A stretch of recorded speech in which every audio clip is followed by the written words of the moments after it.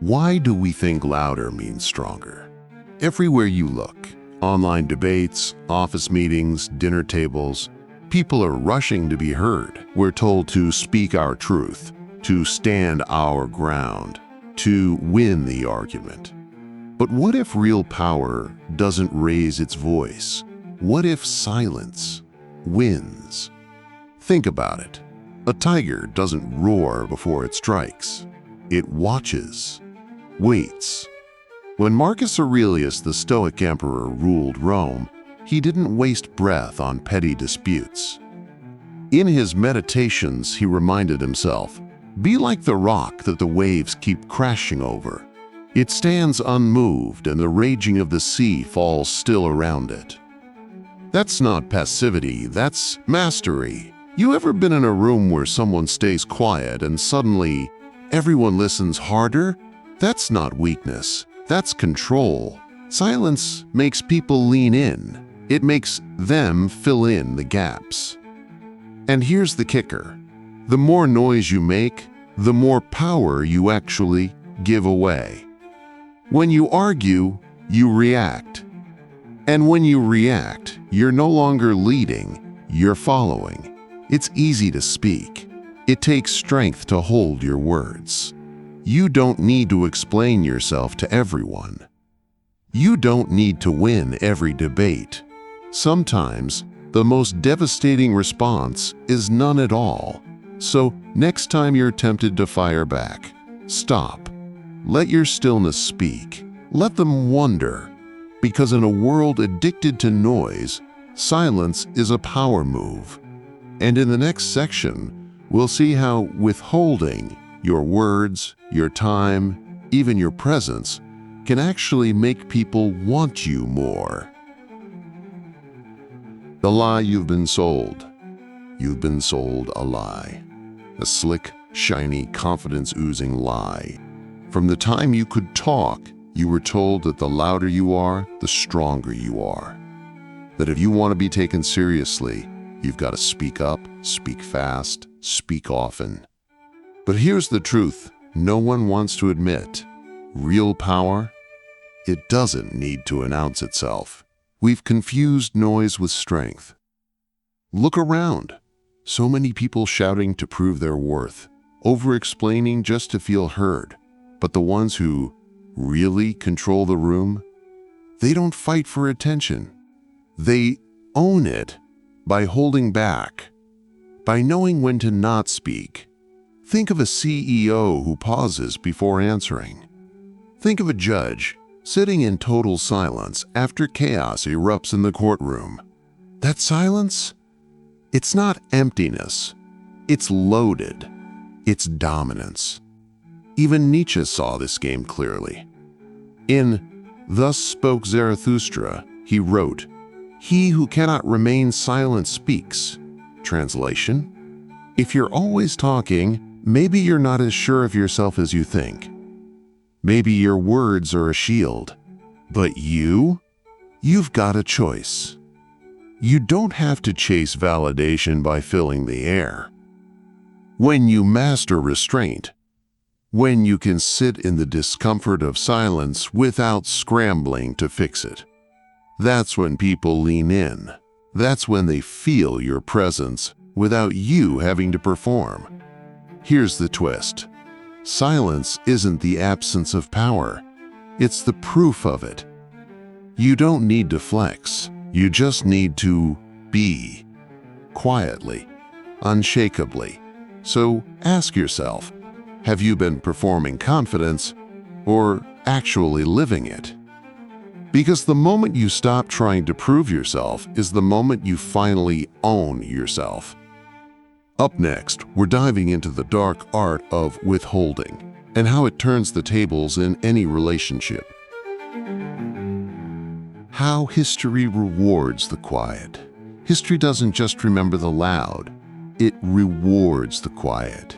Again and again, the ones who held their tongues while everyone else scrambled to be seen walked away with the real power.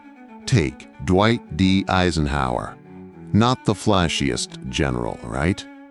But during World War II, while others postured and argued for the spotlight, Eisenhower stayed measured. He listened more than he spoke, and because of that, he became the supreme commander of the Allied forces. He didn't win by barking orders. He won by staying calm in chaos, by playing the long game, strategic silence. Or look at Warren Buffett. He's one of the wealthiest men on the planet, and yet, he's not out here on every podcast or yelling on CNBC. He waits. He observes.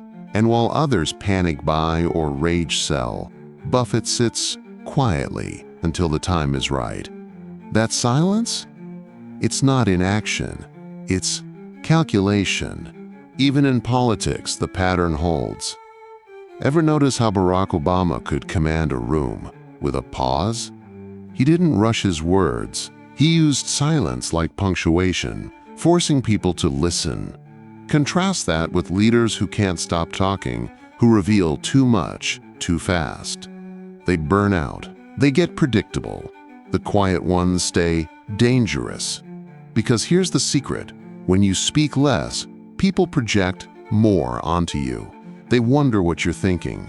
They start to respect what you're not saying. And that ambiguity, it's leverage. Sun Tzu wrote in The Art of War, "Let your plans be dark and impenetrable as night, and when you move, fall like a thunderbolt." That's not poetry. That's strategy. That's silence as a weapon. So ask yourself, are you using your voice or wasting it? Are you talking to connect or just trying not to disappear? History isn't written by the noisiest. It's shaped by those who speak when it matters. And next we'll explore how you can use this power in your own life, starting with one shift in how you show up. Nietzsche's rule, power without noise. What if I told you that the strongest person in the room isn't the one talking the most, but the one who doesn't need to? Friedrich Nietzsche saw this over a century ago. While everyone else obsessed over external power, money, fame, applause, Nietzsche went deeper. He asked, what does it mean to truly be powerful? Enter his concept of the will to power. Most people misunderstand it. They think it's about domination, crushing others, climbing to the top. But Nietzsche wasn't just talking about power over others. He meant power over yourself. The ability to master your impulses, to control your emotions, to resist the cheap thrill of being seen, liked, or heard just for the sake of it. That's real strength. Think about it. Anyone can shout their opinion online.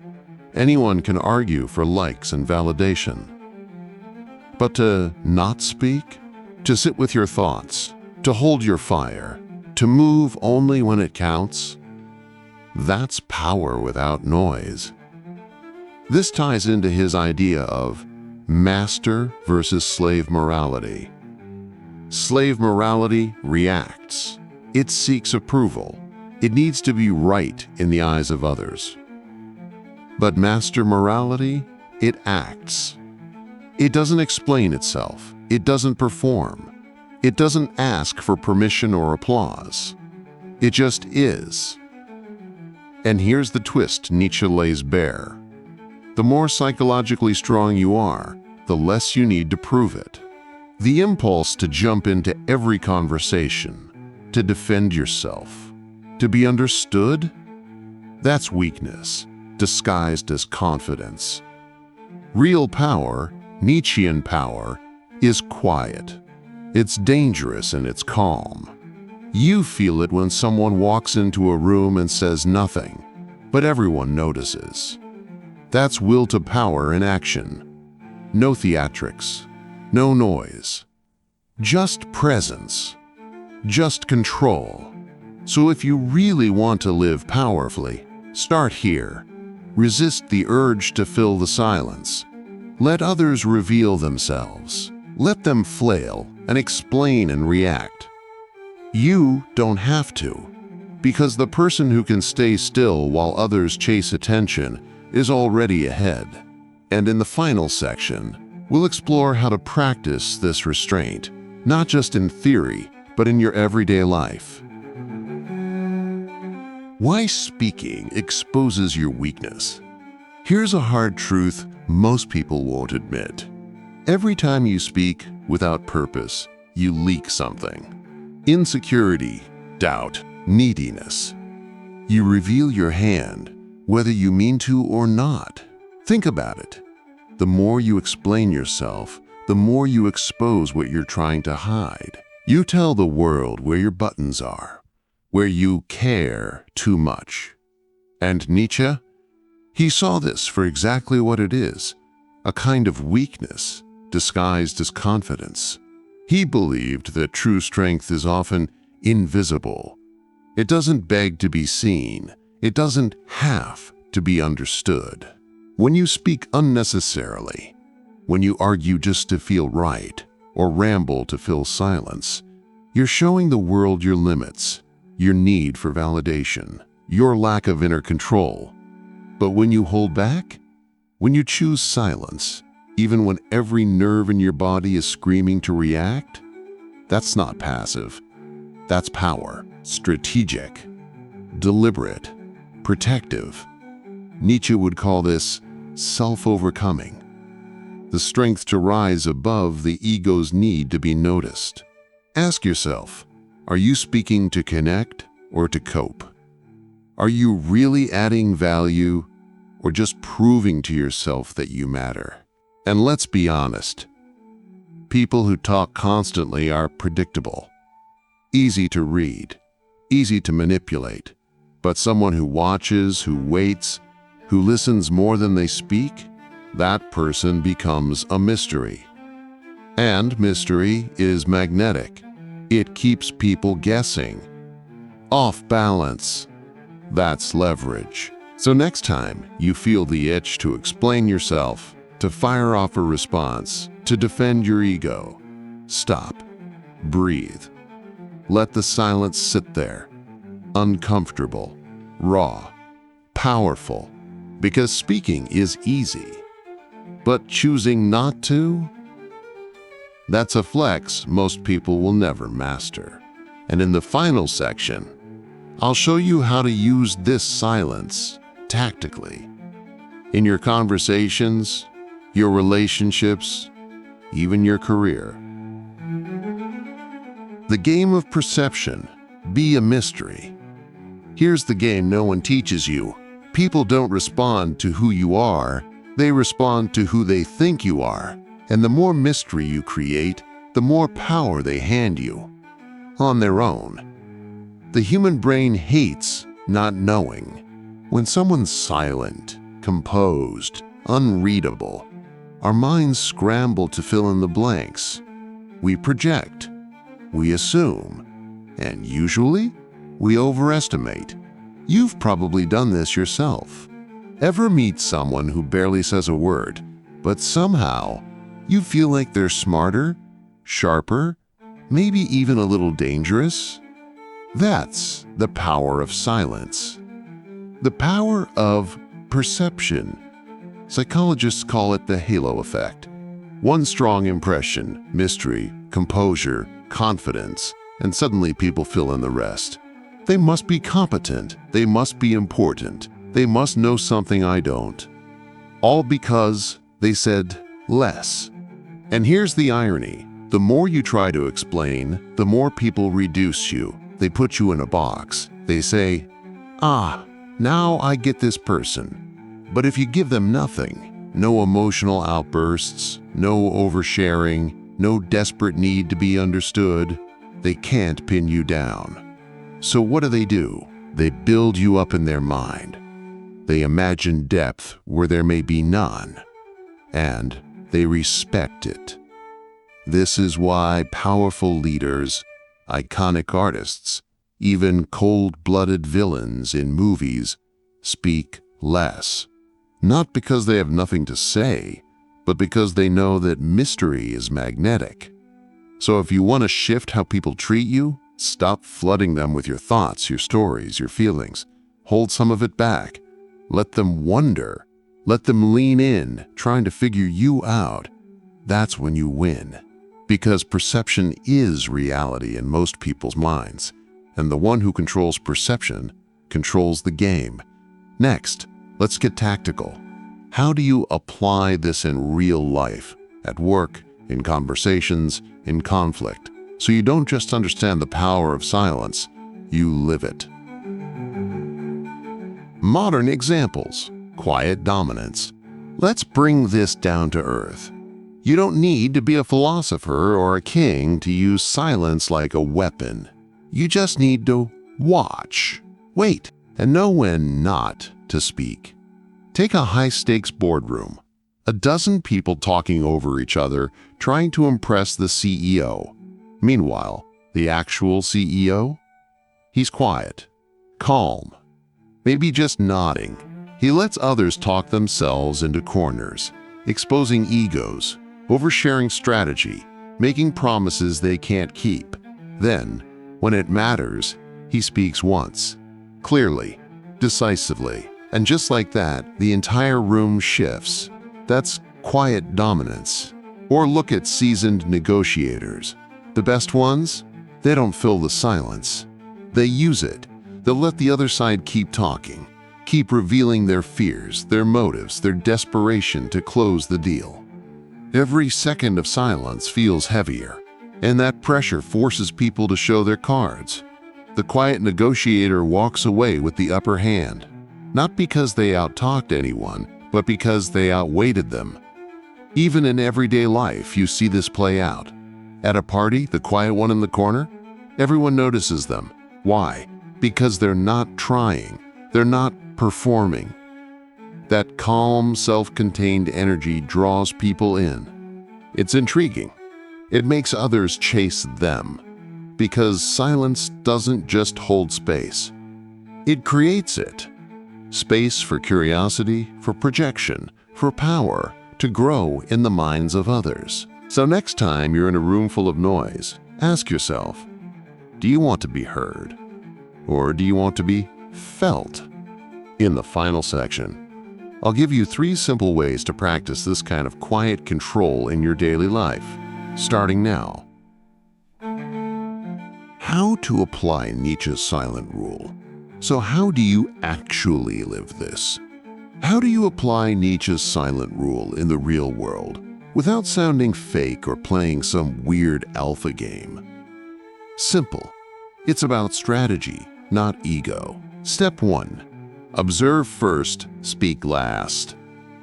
When you walk into a room, at work, in a group, anywhere, don't rush to talk. Watch.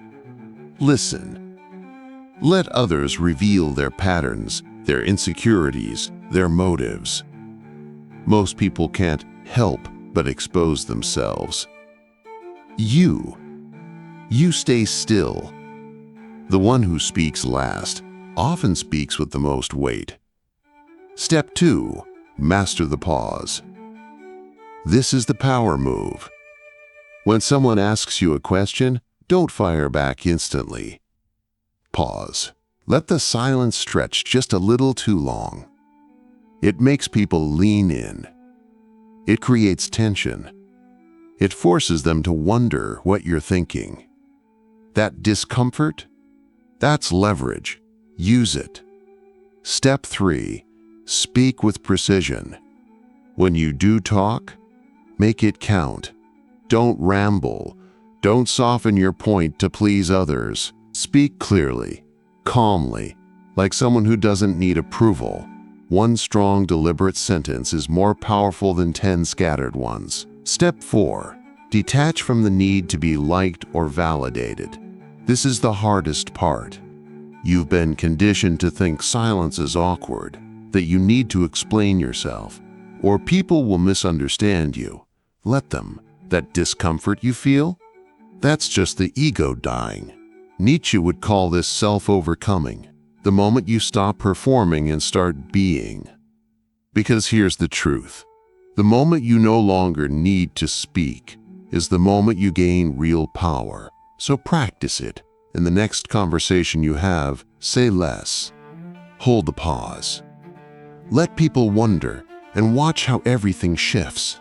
Because in a world obsessed with noise, silence is your edge. It's not weakness. It's warfare. Quiet. Clean. Strategic. Nietzsche knew it. Now you do too. The hidden cost of being loud. Here's what no one tells you about being loud all the time. It drains you.